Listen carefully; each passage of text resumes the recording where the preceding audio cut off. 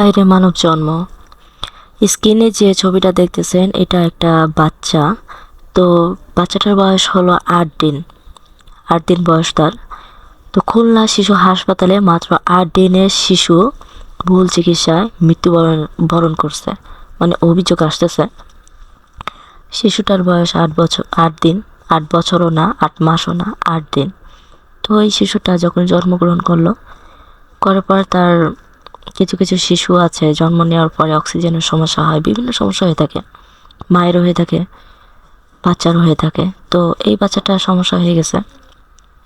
তো হাসপাতালে নিয়ে গেছে খুলনা হাসপাতালে নিয়ে যাওয়ার পরে সেখানে তাকে ভুল চিকিৎসা করা হয়েছে। তো শুধু খুলনাতে নাই, এটা শুধু খুলনার ঘটনা না, এরকম আশেপাশে অনেক জায়গায় হচ্ছে, এরকম ভুল চিকিৎসা হচ্ছে। অপারেশন করতেছে, পেটের ভিতর কাঁচি রেখে দিচ্ছে, পেটের ভিতর তুলা রেখে দিচ্ছে, ঠিকমতো সেলাই করতেছে না, ঠিকমতো চিকিৎসা হচ্ছে না, ভালো করে দেখা হচ্ছে না। অবহেলার কারণে এই সমস্যাগুলো হয়ে যাচ্ছে, দুনিয়া থেকে চলে যাচ্ছে। যদি তাদের ঠিকমতো চিকিৎসা করা হয়তো হয়তো তাইলে এত সমস্যার সম্মুখীন মানুষ হইতে পারতো না। এদেরকে ভুল চিকিৎসা করা হচ্ছে, ভুল ট্রিটমেন্ট দেওয়া হচ্ছে।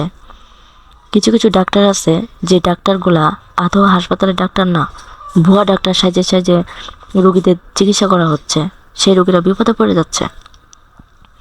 খুলনাতে অনেক ঘটনা ঘটে যাচ্ছে, চিকিৎসা করতেছে, অপারেশন করতেছে, পেটের ভিতর কিছু না কিছু রেখে দিচ্ছে। অপারেশন করার পরে তাদের কোনো না কোনো সমস্যা হয়ে যাচ্ছে, জ্বালা যন্ত্রণা করতেছে, পেটের ভিতর পচে যাচ্ছে, পুজ হয়ে যাচ্ছে।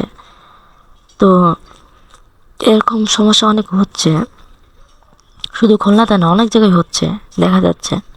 তো অনেক জায়গায় চাপা পড়ে যায়, আবার অনেক জায়গায় এখন যেহেতু সোশ্যাল মিডিয়ার যুগ, মানুষ সচেতন হয়ে গেছে। তো কিছু হইলে প্রতিবাদ করতেছে। একজন মানুষ, ছোট হোক বড় হোক, যদি মারা যায় তাহলে তাদেরকে আইসিইউর ভিতর রাখতেছে, আইসিইউর ভিতর রেখে একটা ইঞ্জেকশন দিচ্ছে, যে ইঞ্জেকশন দিলে সে কখন মারা গেছে, কতদিন মারা গেছে আপনি ঠিক বুঝতে পারবেন না।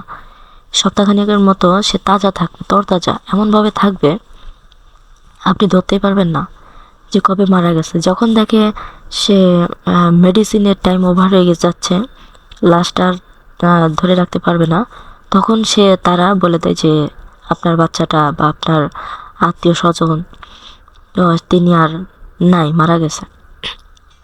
এরকম রেখে রেখে তারা টাকা পয়সা নিচ্ছে। হ্যাঁ, তো শুধু খুলনাতে নয়, অনেক জায়গায় এরকম ঘটনা ঘটতেছে। ভুল চিকিৎসার কারণে একটা প্রাণ হারায় যাচ্ছে।